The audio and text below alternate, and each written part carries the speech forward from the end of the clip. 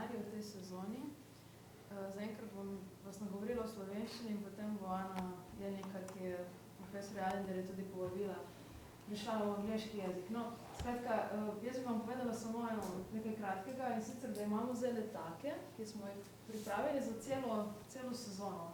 Tako da lahko lažje sledite predavateljem oziroma predavateljicam, ki prihajajo k nam in potem tudi vas vabim, da obiščete našo prenovljeno spletno stran in tudi sami predlagate koga, za katerega mislite, da bi mu lahko prisluhnili v naših prostorih. Zdaj pa vabim Ano Jelnikar iz Inštituta za antropološke in prostorske študije, ki se mi zelo hvaležna, da je ne samo povabila tako renomiranega predavatelja, ampak tudi organizirala cel dogodek. Naša, da si nas omogočila.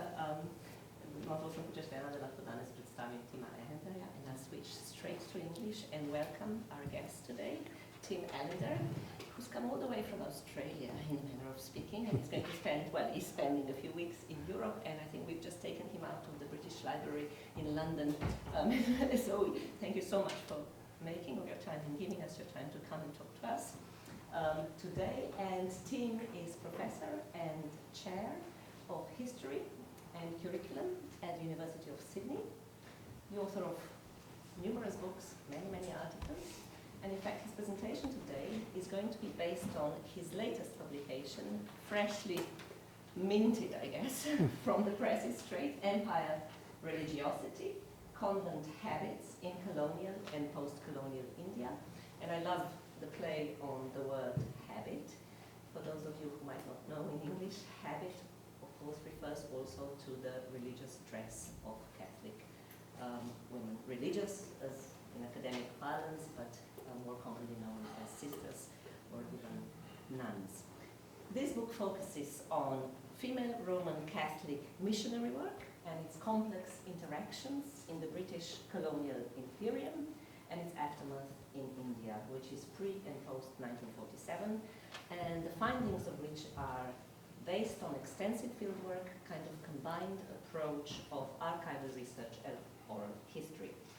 And on a personal note, allow me just to say that I first met Tim, I think it was in 2016, when I walked into the archives of the Loreto convent in Calcutta. The first time I actually crossed the threshold of an archive or a convent for that matter. And as we got talking, I told Tim that I was actually looking for some information on a Slovenian sister, Barbara Kind, who was actually the first Slovenian missionary to have accompanied at the time the future Mother Teresa from Zagreb via Ireland, where she joined the Loretos, who we'll be hearing a lot more about today, to finally come out to India in 1929. And as it happened, Tim told me, he said, I think I have a beautiful photograph of her, which you have found, yes, of her attending to the sick in Morabai. And I think we'll be seeing that photo yes, later. We're coordinating on that one, yes. Yes, so, and now you're here, 8 years later, and as I have said, it's a real privilege and honor to have you, and I think we're all only too eager to hear about this intricate nexus that brings together, on the one hand, women, religion, empire, and India. So, a potent mix. But I should also say that Tim's principal research over the last 30 years has concerned Indian education and empire studies, using multidisciplinary approaches that focus on gender and feminism explicitly. And in this respect, I must mention another book of his called Learning Femininity in Colonial India, 1820 to 1935, or Learning Fem Book, as you have referred to it the other day, which is the winner of the Anne Bloomfield Book Prize, awarded for Best History of Education book published between 2014 and 2017, so no small achievement. And one last thing to mention is your long-standing interest in the visual literacies and history, as attested by a co-edited volume with another, I think, brilliant title, Appearances Matter, the visual in the education and history. Over to you, Tim. Thank you very much, Anna. Just like to say how delighted I am to be here as part of your very esteemed research institute, and it's an education for me, and I'm learning a great deal Anna and I were spent yesterday, the day before yesterday, and I think we were together for about 10 hours, and we were talking non-stop about our research, and not in a kind of ponderous way, but just anecdotal evenly, and it's just amazing how you kind of interweave and you learn, and how rich that conversation was 2 days ago. I'm not going to read a paper today. I just want to go through some images because I think reading a paper is a bit hard to listen to for an hour.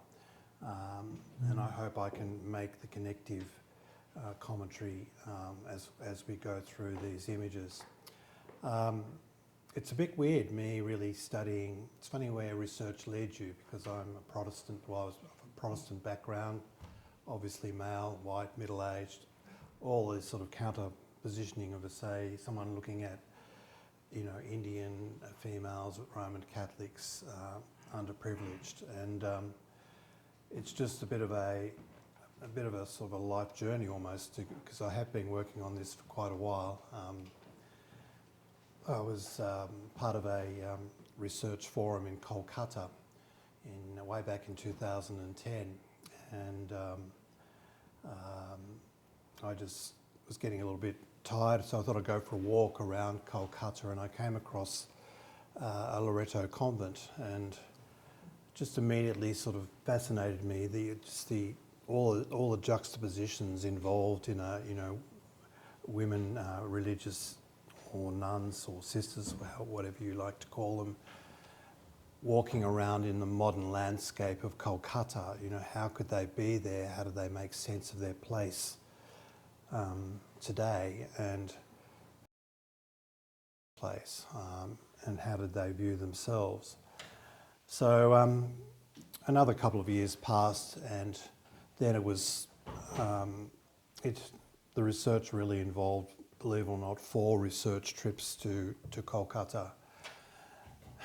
Partly perhaps because I'm a slow learner, I don't know, but it was, I wanted to be really sure that I could capture as best I could, particularly their outreach work today, which I'm not going to really talk about today because I think you guys are probably more interested in the history side, but the outreach work that Loreto's doing in Kolkata has been quite remarkable in many ways, albeit in a small ambit, I guess. I don't know, those of you who have written books, there's always that tussle with the publisher as to what the title of the book should be, and do you know what I mean? And I had a bit of a tussle about empire religiosity, and you know, sometimes you just need to be a little bit firm, you know. And the other one was the actual image itself, and I was pretty determined to get this because it's the one part that we struggle to write about, and that is the recipients, the learners, the underprivileged. And this photograph was taken by an eminent Italian photographer who very kindly gave me copyright permission to reproduce it. And it's actually a little girl. It looks like a little boy, but it's a little girl with another girl in the background.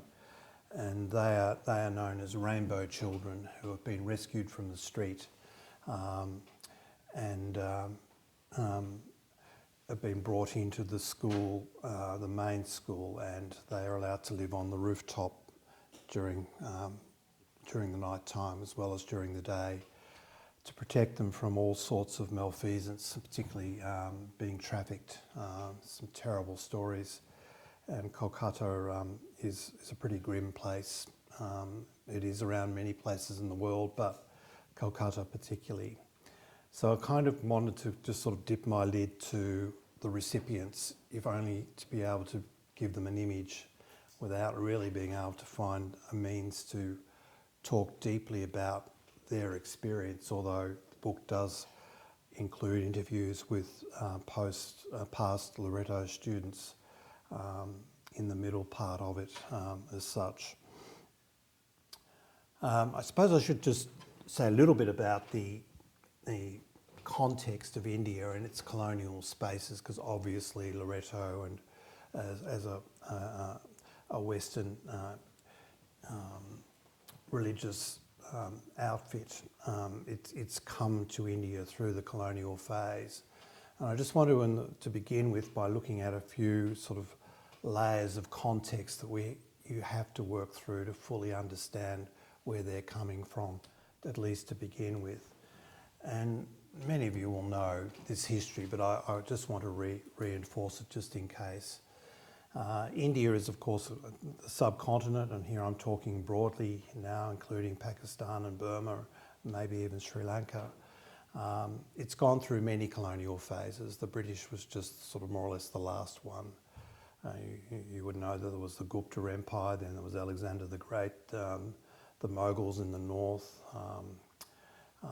and Emperor Akbar, probably the most famous of the Mughal emperors, was in power and really strong power in the north of India around about the time of Elizabeth I in England, and I'm not sure what that approximates to in terms of the period in Slovenia, but basically the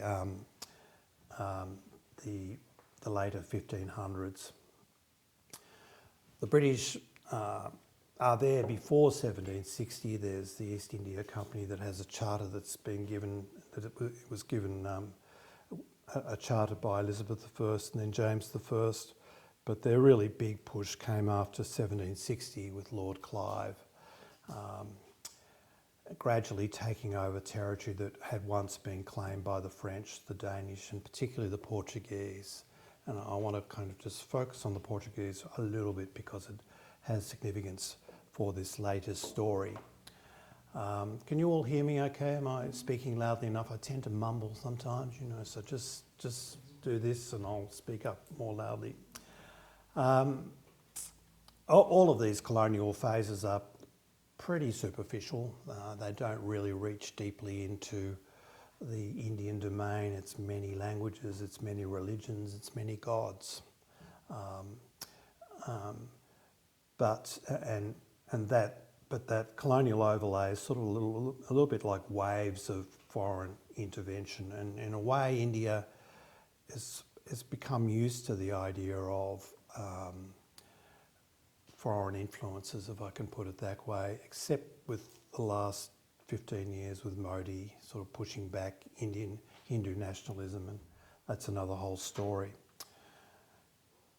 The next layer is the actual Roman Catholic overlay in India, and here I think there's a distinct difference between that and colonial state making, and that is religious spaces tend to be much more residual. They flow over former colonial domains, and they stay and they get built upon upwards. I think a couple of key examples, the Portuguese Jesuits, they actually were pretty active and actually visited the court of Akbar, remember the Mughal emperor that I've just mentioned, in the 16th century, and Akbar's court actually was quite tolerant in terms of different religions and beliefs, and he had a court that had many stakeholders of different religions as such. But the really key one for Roman Catholicism is the Portuguese overlay in India. It's retreating by the time the British arrive in force, in full numbers. And in fact, parts of India on the west are given, in inverted commas, to the British at the time of Charles II's marriage to Catherine de Braganza around 1662. This was part of her dowry because the old Portuguese colonial spaces in India. But what's important here, of course, is that Portuguese being Roman Catholic, there are many families that remain. The Portuguese intermarry with Indians, and you have, by the time the British arrive, a very significant mix of what are known as Eurasians. That's mixed Indian, European individuals, and because the European side is the lineage is Portuguese Roman Catholicism, you have many Eurasians in India that are Roman Catholic, especially in places like Madras and in Kolkata too, because basically the religions followed the Portuguese trade, and it's indigenised, if you like, well after the Portuguese state retreated from India. This is not all the story of, Roman Catholicism being strong in India, because the newly arrived Roman Catholics that came after the British arrived, who were British Roman Catholics, actually looked down on those earlier Roman Catholics because they'd been in India for a couple of centuries, and their theology and their liturgy had become a bit loose, a little bit like liberation theology in South America. Not the same, but you know what I mean. It sort of had lost what these earlier these newer Roman Catholics saw as much more disciplined Catholicism coming from the Vatican. The Padreo, as it was known, was looked down upon. Eurasian Roman Catholics whose theology and liturgy was not as disciplined as these newer arrived Roman Catholics thought it should be. There is also the racial thing as well. Eurasians, mixed Indian race compared to purely European, newly arrived Roman Catholics. That's part of that story as well. So just a couple of last things on layering before I look more closely at Loreto, and this relates more to scholarship. I think when you're studying anything to do with India, the post-colonial scholarship tradition that deals with the subcontinent is incredibly strong, and you really are drawn into the theoretical frames that earlier scholars have used. You can react against it, you can question it, you can nuance it, but it's still pretty strong and it's there. You can't sort of move outside it, or at least I felt I couldn't anyway, and it was actually very useful in many ways too.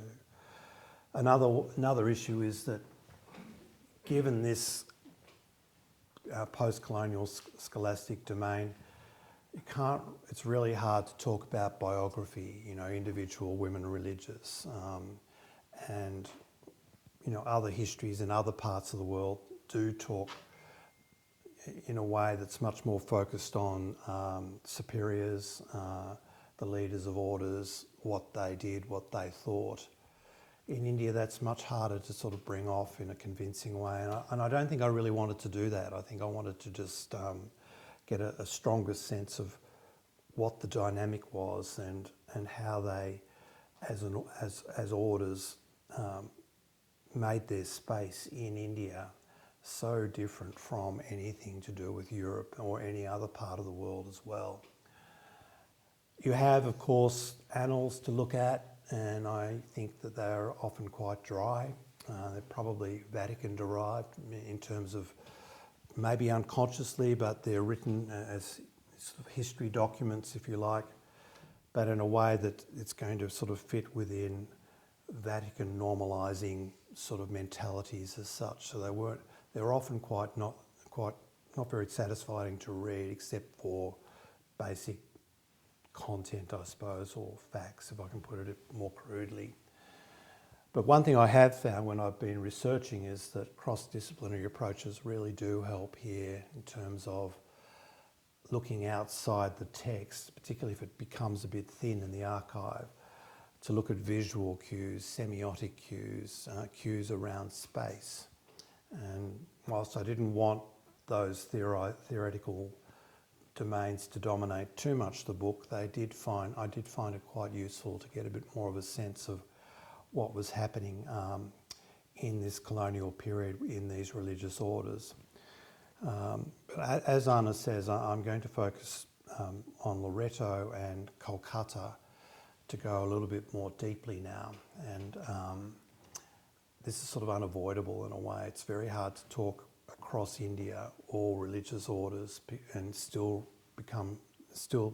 be able to maintain deep theoretical or deep thinking, I suppose, about what they're doing, because they're so different in terms of the way they localise in different local domains as such. But let's just have a quick look at Kolkata in the early colonial period. Have any of you been? Anna, of course, has been. Have any of you been to Kolkata? Okay, no. Well, let me show you some pictures then in that case. You can see there the sort of the colonial renderings on Kolkata. The map there is basically the old Kolkata. There's the Maiden, which is sort of the garden area around the Fort William, down there. It's not showing up there. If I can just, if you see the little green area down below the red patch, that's the Maiden, and then that round blob of pink is the Fort William, and the main old city is the rest of that red. White Town, which is where the Europeans lived, which is in the southern part, and Black Town to the north. Loretto's early convents tend to be in the middle, across here. The British, of course, are there before Loretto, and you have these romanticised Georgian landscapes, lithographs before photography. Photography, in a sense, tends to give the game away a bit because it's much more disordered and chaotic and not romantic. But when you can still do things in sort of Georgian pastel colours, it looks a pretty sparse and comfortable place. We've got St John's Church, which was a direct kind of copy of the church, the Georgian church just outside St Pancras in London.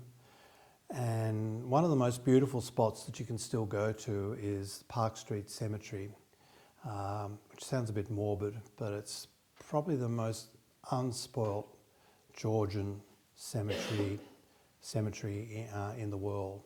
When I mean Georgian, I'm talking English frame here, so I'm talking about the period from well, strictly speaking, Georgian 1714 up to around about 1830. And the reason why it's unspoilt is the place just got filled up and they closed the cemetery, and you can still, and so there wasn't any more later vandalism, if you like, of these earlier graves as such.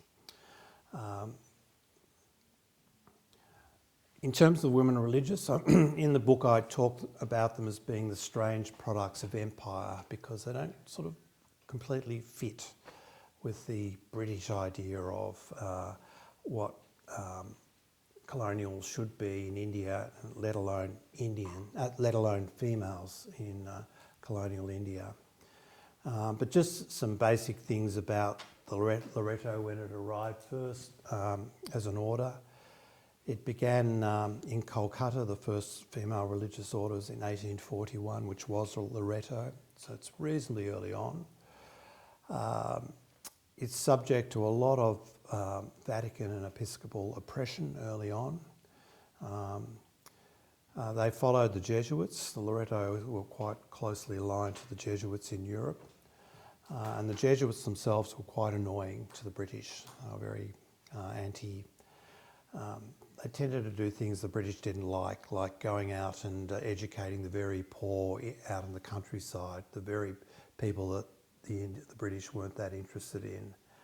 I'll talk a little bit more about, well, one other thing I'd say at the other end towards the other end of the colonial period, the German Jesuits were actually expelled from Italy, from India in 1916 because the British feared that they would be German spies, or they could be German spies interfering with the empire as such.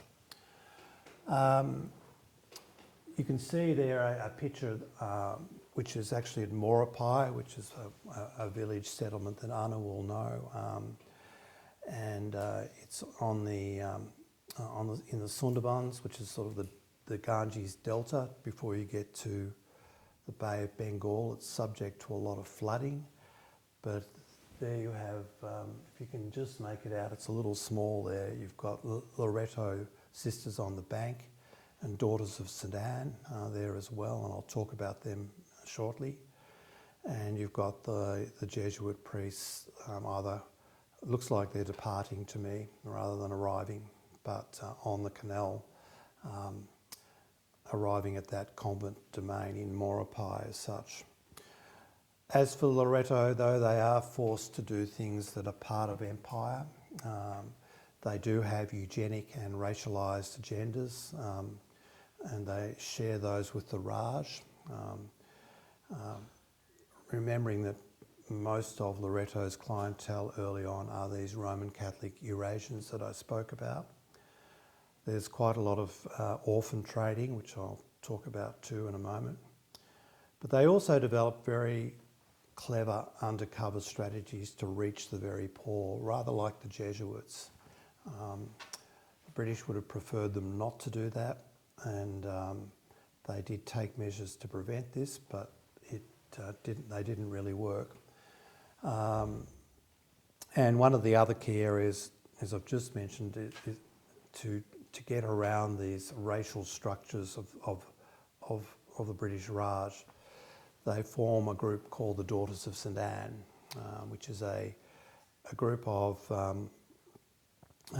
Indian Loreto sisters.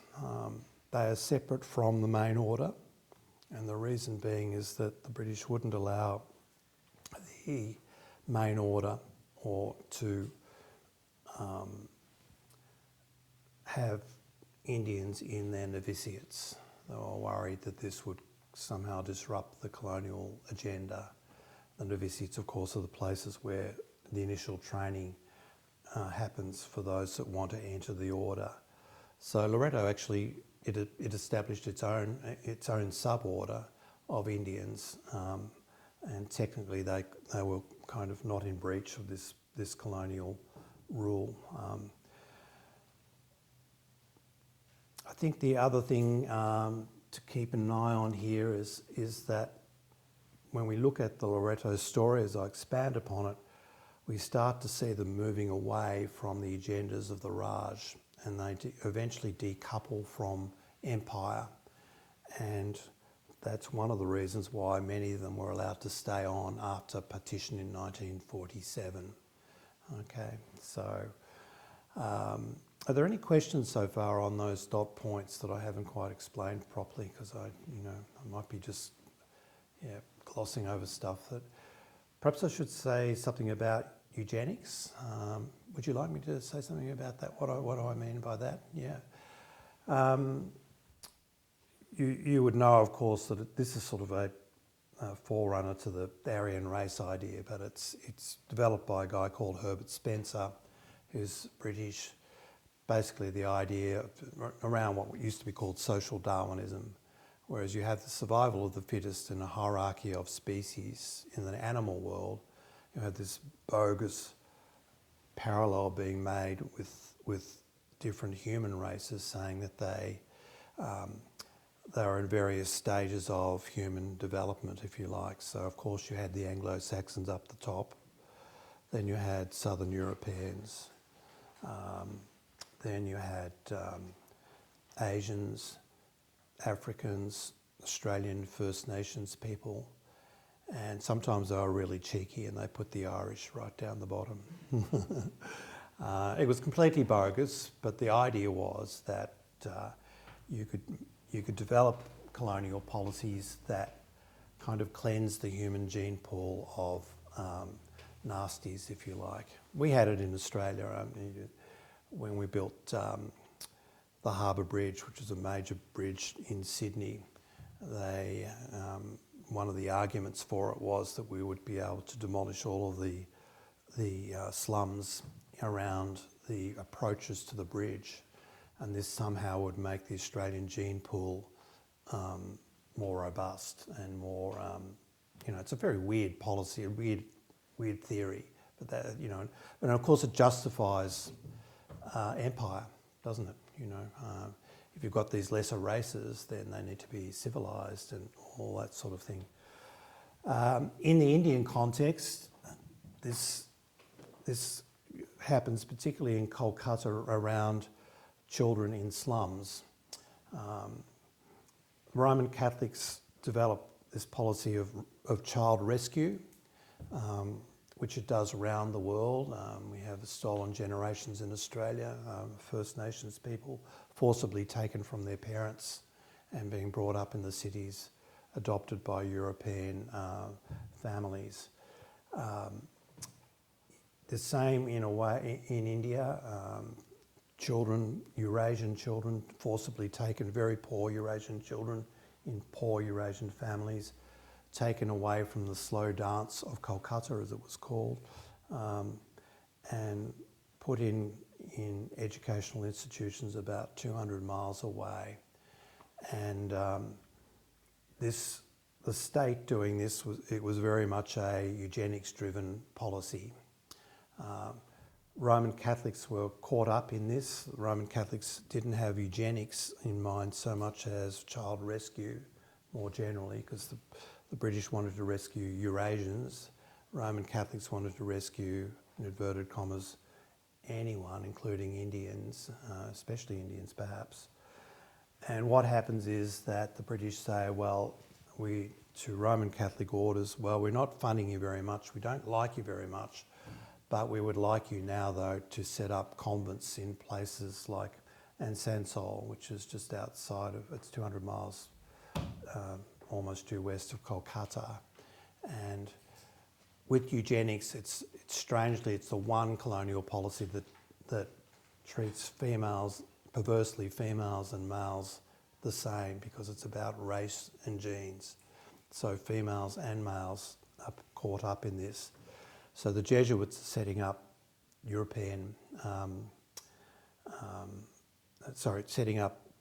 educational institutions for boys as part of this eugenics stroke child rescue program out of Kolkata into places like Asansol.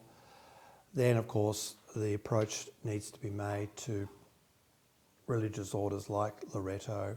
Okay, we need to look after the girls as well, so we want you to set up a like institution for the girls, and that's why some of the convents set up, and convent schools set up in India, were very, very much caught up in this period around about the 1890s through to about the 1920s. They're caught up in, they're entangled in this broader colonial agenda as such. So it's complicated, and I probably haven't explained it as clearly as I might, but that's sort of the British perspective of eugenics and how it then implicated Roman Catholic religious orders. Okay, just a few quick things about how they got there. That's a picture of the original Loreto house in Kolkata. It was pulled down in 1958 after an earthquake. These sorts of buildings don't really endure that well in the Kolkata climate, which is incredibly humid, hot, a lot of rain. But that's what the original one looked like. The Loreto sisters were, I'm going right back now to 1841. They were actually recruited from India. There was a guy called Dr. Backhouse, who was a Roman Catholic agent, priest, who went on his way to the Vatican. He then went to Ireland and said that he was looking for sisters to send out to India. He first tried the Ursulines, and they'd already committed to South Africa. So the next best, in inverted commas, were Loreto, and he managed to persuade the superior there, Teresa Ball was her name, to send out a small party of Loreto sisters to India. And this recruitment happened after a really major failure in Protestant educational endeavour in Kolkata. just very quickly, in the 20 years before this, the Church Missionary Society, which was low church evangelical, was making its name for educating Indian girls, and it looked fabulous. You know, filling up the schools and build a great big central school, and the belief was eventually there would be crossover with the major Hindu families of Kolkata, the middle class Hindu families of Kolkata, known as the Bhadralok. But the only catch to this story was that all of those children, nearly all of them, that were populating these early Protestant schools and made them look so good and succeeding, was they were nearly all orphans. And they didn't have parents to say, no, you can't go to a colonial school as such. It was funded basically by, it was covered over further by these early Protestant missionaries cottoning onto the idea of trade, and they were actually getting dresses made, new fashions from Europe being sent out ahead of time in sealed, soldered tins so they wouldn't go mouldy or wouldn't get infested with insects. And it was a real race. You get this tin, you'd undo it at Kolkata, and you'd sell it to the memsahibs in Kolkata ahead of time, and you would even beat the main traders bringing out the fashions if you were lucky. So you had a corner of the trade, and this funding of this selling of European fashions funded these schools. It wasn't through fees as such. But in 1841, the whole thing fell to bits when the leading Protestant missionary, the female, fell out with the males and joined the Plymouth Brethren, a completely different religious outfit, and ended up in Saudi Arabia. So there was a big gap there, and there was a big worry, well, what's happening to Roman Catholic girls? The Protestants have made a mess of it. We need to get a religious order out from Ireland, and it was Loreto that was chosen. But these women were very young, you know. Can you imagine going on a ship before Suez Canal, and the oldest one's 28, but the superior Delphine Hart's only 24, and all the rest are younger than that. Just 12 of them, and only 6 of them are sisters. The others are postulants. Really, really scary, I would have thought. And what made it worse was, when they arrived, they were kind of treated as sort of curios. It was this great big procession on the docks of Kolkata on the Hooghly River, where they were paraded to the cathedral, the Roman Catholic cathedral, which was still there. It's Portuguese in architecture. And they were made a big fuss of, and they were put suddenly in this ill-fitting house.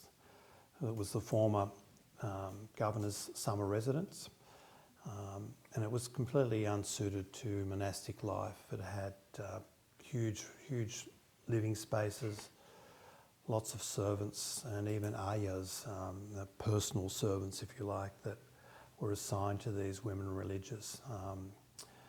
And there was a lot of adjustment that they had to make in these early years. As you would know, women religious orders, and male orders for that matter, are very anti-caste, but still you had to have caste Brahmins on the gates because they were the only ones that had authority to keep out foreign, other Indians. You couldn't have, say, a Dalit, or an untouchable manning the gates and preventing Brahmins, for example, coming into the compound as such. But that was the only compromise, really. But their biggest concern and worry was the bishop who was there at the time, a guy called Dr. Carew, Daniel Carew was his name. And he was really tough on them very early on, like incredibly tough. He said, okay, there's only 12 of you, but I'm now going to separate you into twos and put you into, and for you to build convents in disparate places around Kolkata and further up the river. Incredibly difficult. You know, they don't speak the language, they don't speak Bengali or any other local languages, and they're very young, as I've said, and they're females, of course. In a seething metropolis called Kolkata, with all the risks that involved. They were also involved, forced to work in a lock hospital. Loreto was a teaching order, you know, and do any of you know what a lock hospital is? Have you heard of those before? No. Anna will know, but it's basically an institution. It wasn't just in India, there were some in Ireland and around the world. It was a hospital, in inverted commas, for women who were suffering from venereal disease. And the men sort of got off scot-free. They had fatigue parades and sort of some, you know, slight surveillance of what they were getting up to. But it was the women, of course, that got the blame for sexually transmitted diseases. And the idea was that they needed to be locked up because if they were having congress with Europeans, they were only going to spread the venereal disease further abroad. This was really tricky because very young women, you know, they're working in a hospital with very low ceilings, you know, humid, in full habit, treating these diseased women. And there was the risk that they might actually contract the disease themselves. It's quite possible to get venereal disease from non-sexual ways if you're caring, you know, washing and all the other things. And in my recent research, I've just coming across quite a few cases of that 20 years later, when the British started noticing that there were other ways of contracting what was then an incurable disease. But some other things, just moving on quickly, that they set up a senior school almost immediately, amazingly. I don't know how they did that. Nearly all of the children in their schools were Eurasians to begin with. They built walls around their convent, or they employed people to build them, but that really incensed the bishop because he hadn't been consulted. He had been, but he just, part of the ploy was you really delayed replies to letters saying we need this, we need that. And the bishop's palace was just across the road to the Loreto convent. It's still there today, actually. It looked really like this whole venture was going to fail, largely because the bishop was just far too strong and just too oppressive for these young women to be able to cope with. A second batch of Loreto women religious was sent out, though, and the superior was changed. So Delphine Hart became a teacher in the senior school, and a new superior, Mary Hogan, was brought out from Ireland, and she was middle-aged, and she had the measure of Carew. She could stand up to him, and things seemed to settle down a bit then. Although Carew, and they had enormous power, these bishops, he basically said, after this second batch arrived, and Mary Hogan in particular said, well, we won't have any more from Ireland from now on. If you want to have more sisters, they've got to be recruited from India as such. And that restriction stayed in place until he died 14 years later in 1855.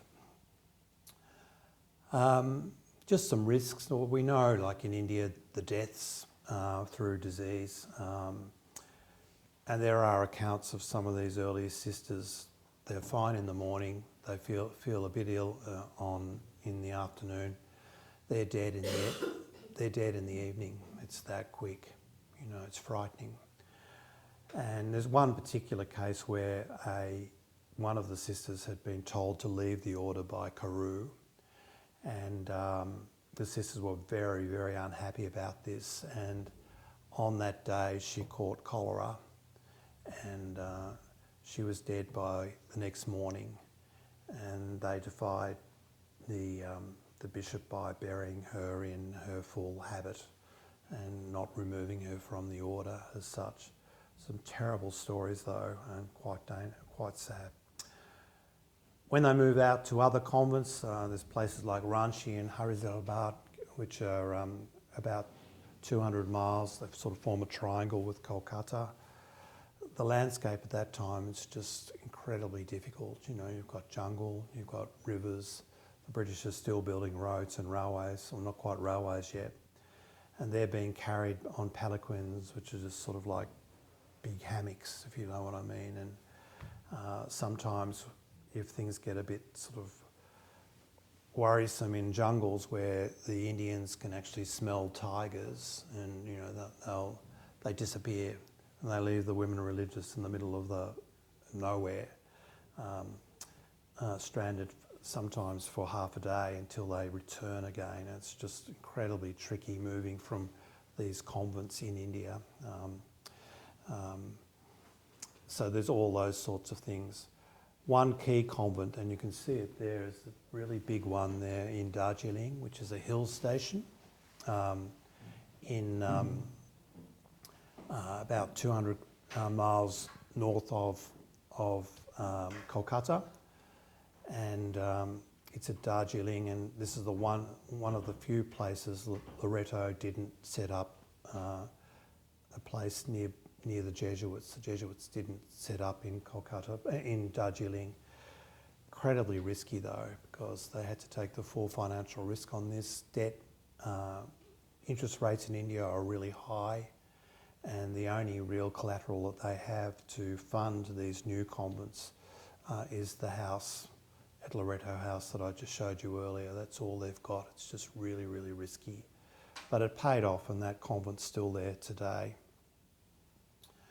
Just some other pictures to do with the senior school, and you can see just sort of how they portray the senior school. They're trying to meet the middle class Indian parent market. You might notice at the top there you've got Europeans and Eurasians dressed in European dress. And it's interesting about that photograph because they're playing instruments, they're doing something, or they're connected to something that they do in the school. In the very same, these come out of the school magazine, you've got Indian students, and they're a separate photograph. They're not doing anything, there's no instruments, it's just our Indian scholars is the caption underneath. Most of these girls, when you investigate it, are actually the daughters of the Brahmo Samaj, which is a key Indian reform movement who have their own school.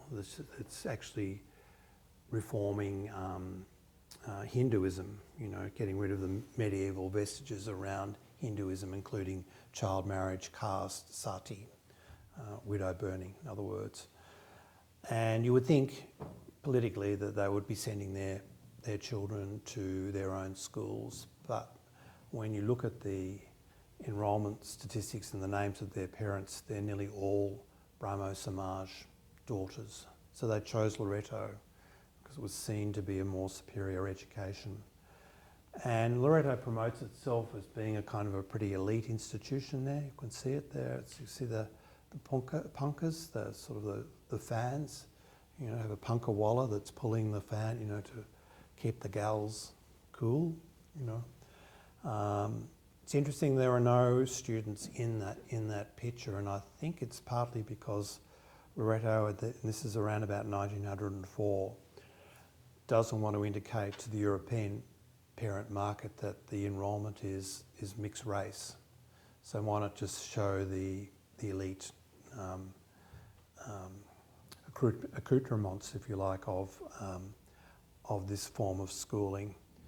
They also set up schools right over the other side of India in the hills in a place called Shimla, which is where the British Viceroy and his apparatchiks lived in the hot weather. And you can see that particular convent looks like a chalet.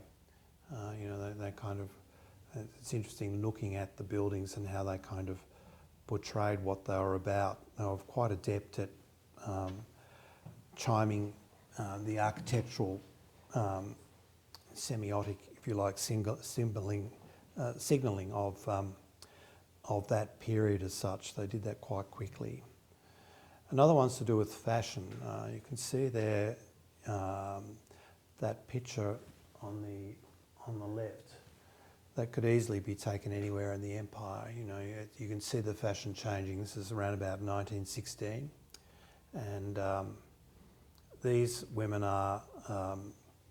They've still got long hair, but there's a slight problem because Eurasian and European women are quite happy to bob their hair when the fashion comes around, but Indian women from traditional families place great stock on keeping long hair, combing it, and there's all that sort of ceremonial early in the morning as such. So that was a bit of an issue when you're trying to portray Indian women moving with the fashions, as it were. And you have the beginnings of celebration of key scholars that end up doing quite well in the external exams of the period as such. That again could have been taken very easily in a European setting in Europe. Here are the orphans. That's the orphanage at Ostale. It's a huge compound, and you've got a picture of orphans eating in the morning. Nearly all Eurasians at this time. I found this picture lurking in the archive in Dublin, and it's two children that aren't very happy, are they? You know, and I think that's more what many of them would be feeling like. Interviewing sisters that ran the orphanage in the last 40 years, told quite sad stories of children looking up at the sky, imagining seeing an aircraft going across the sky and imagining that that's their parents coming to collect them. You know, there are a lot of orphans that weren't orphans. Parents put their children into the orphanage to be educated and then claimed them once they graduated out of the orphanage as such. It was a bit of a strategic approach to orphans as well from the Indian side as such. And here we have the picture that Anna and I were sharing in relation to the whole idea of, in this case, in my context, in my framing, poverty.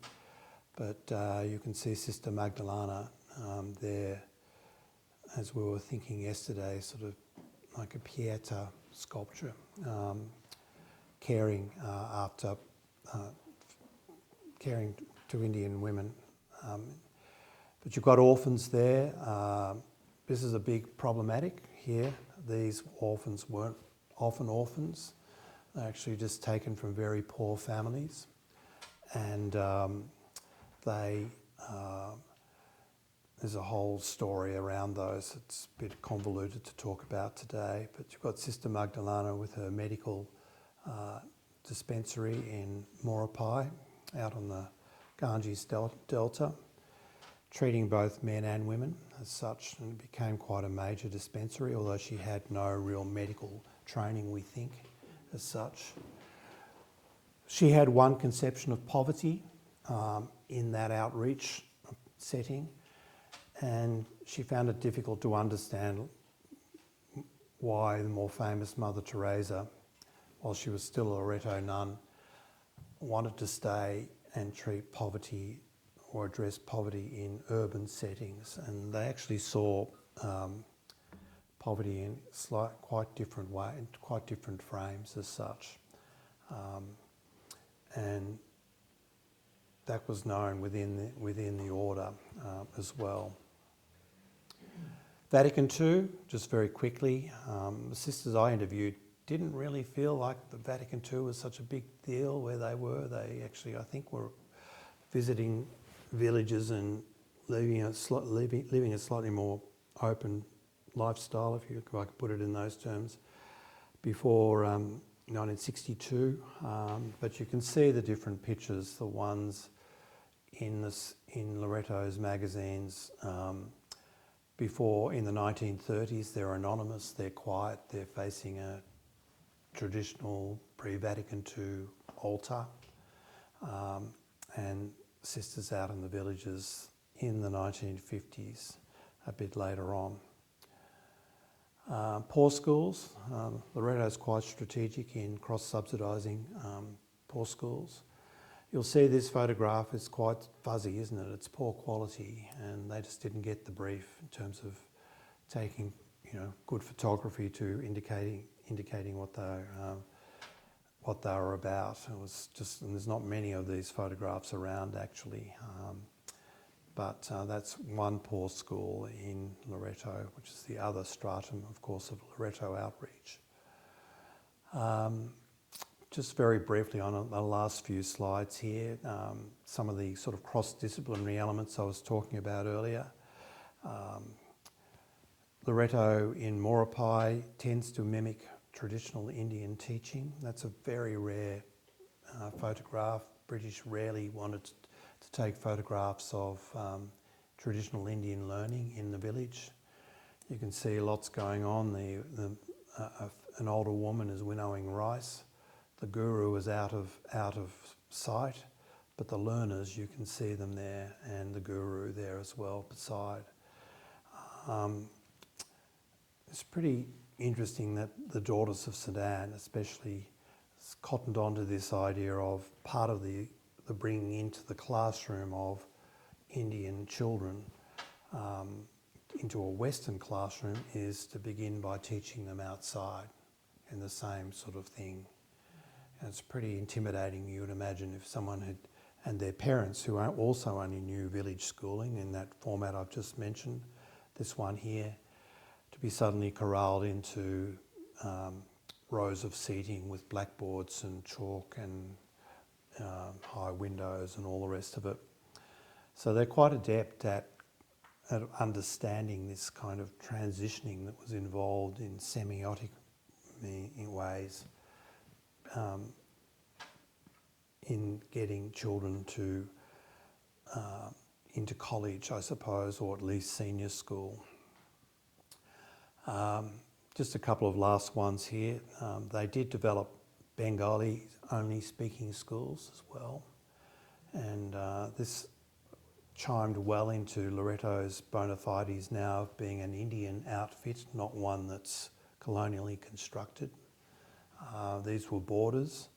Mother Teresa actually taught at this school, in the primary school. She taught geography. The Loreto sisters that I interviewed are actually not actually that happy with Mother Teresa and her educational approaches. Maybe we can talk about that with questions, but she was part of this new school that was developed in the 1930s, taught by a lot of secular teachers, including some communists as well. Although Indian communism is not the same as Russian communism. It's a softer version, if I can put it in those terms as such.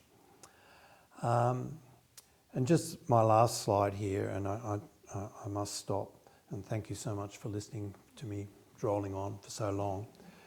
But a few other things and the reasons why. Hopefully you can see as I've moved through these slides how Loreto as a teaching order gradually is becoming more Indianised and is meeting more effectively Indians. A few other things that really helped it stay on in India in 1947 when independence came. Nehru was very friendly with the Irish Prime Minister, and even today, if you interview Irish Roman Catholic sisters, they quite proudly talk about their parents being gun runners and fighters against the British in Ireland, and the whole Irish struggle for independence, and because many of these sisters were Irish, it's seen very similar to the Indian struggle for independence as well. So the sort of comrades in arms, if you like. So Loreto's messaging in its magazines very seamlessly steps over the political rupture of 1947. Tends not to talk about the violence of partition, where over 1 million people lost their lives. They also are seen as schools like the Jesuit schools that are actually not religious, which seems weird, doesn't it, when you think they're a Roman Catholic teaching order as their foundation. The reason being is that in India, by 1947, a religious school to them are those non-reformed Indian schools that still support caste and, you know, Indian religions as such, whereas convent schools and the St Xavier's in Kolkata, the Jesuit school, as I've already said, have long fought against the whole idea of caste. And many other emerging leaders in the political scene in Kolkata, at least at the state level, were actually educated in Roman Catholic schools, either St Xavier's or the Loreto convent schools as such. And just one last statistic that I'd like to end on is that by Vatican II, that's sort of 1960, there were actually, and this is, you know, about, 15 years after the British left India, there are actually 76 Roman Catholic colleges in India. This is just one stratum of their work. And that compared to just 43 Protestant ones, and that's a pretty interesting differential given that in the colonial period it's the Protestant colleges that got all the money and the favouritism, and yet they tend to dissolve pretty quickly after independence in 1947. And of those 76 Roman Catholic colleges, by 1962, 36 of them were run by female Roman Catholic orders, religious orders as such. So that probably gives you a bit of an idea of just, you know, the degree of success, however you measure that, of these female religious orders being able to decouple themselves from empire, harken back to their bona fides of teaching the very poor and their outreach, and also grasping onto the new modernity narratives that were coming with Nehruvian India, that is the India led by Nehru after 1947. So just a potted version really of what this story is and how Roman Catholicism intertwines with the history of India. Firstly, a colonial outfit, later on one that transforms itself, and one that's, in many cases, not all, some of these sisters have been forced to leave, their visas have been cancelled, but many others were able to stay on. And Anna and I had the privilege of being able to interview some of these sisters that amazingly have been in cities like Calcutta for 50 years, you know. When I'm researching, about 4 weeks is about my limit, and then I need to move, you know. How they do it, I don't know. How they've done it, I don't know. So with all of their failings and foibles, and there's always that in a major educational movement like Loreto, I'm still left with a kind of a sense of awe that these women are still able to be there as such. But I'll leave it there, and thank you very much for listening.